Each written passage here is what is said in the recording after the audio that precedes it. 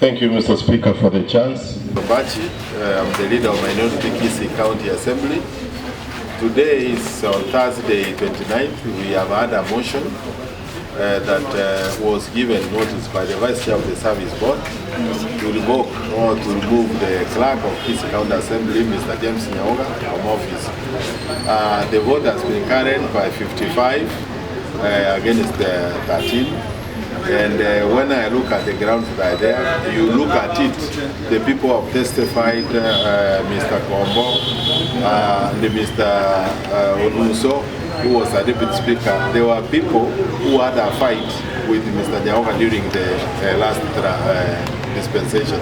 So when you look at it and all the things that are here, you will see a lot of conjecture.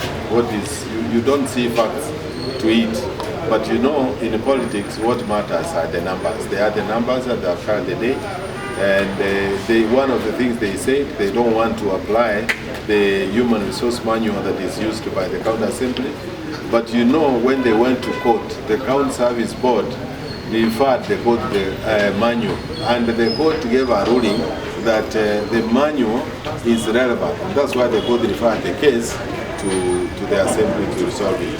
But that is it. Mr. Nyaoga wish him well, and I know he can find justice elsewhere. You know, when we hire, my stand will be in Kisii County Assembly. As an assembly, we must not stop. We must stop every time to remove people from office.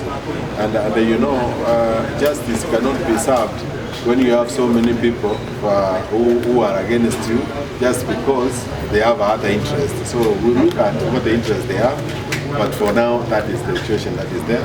I want to urge that as a county government, because we have two arms of government, we have the legislature and we have also the executive, that we work together. We start now doing the development rather than every time the county assembly only sits to remove people from office. Those are the only functions they have. Thank you. Committee, having exercised its mandate under Section 23 of the County Assembly Service Act number 24 of 2017, find all the charges of against the clerk, Mr. James Omariba Nyaoga, on the ground of gross misconduct and misbehavior, violation of the Constitution of Kenya, including Chapter 6, and the violation of the County Assembly Service Act number 24 of 2017, to have been substantiated and support notice of motion dated 20th August 2024 by Honorable James Ondari, Vice Chairperson, County Assembly Service Board, seeking that the County Assembly revokes the appointment of Mr. James Omariba Nyaoga.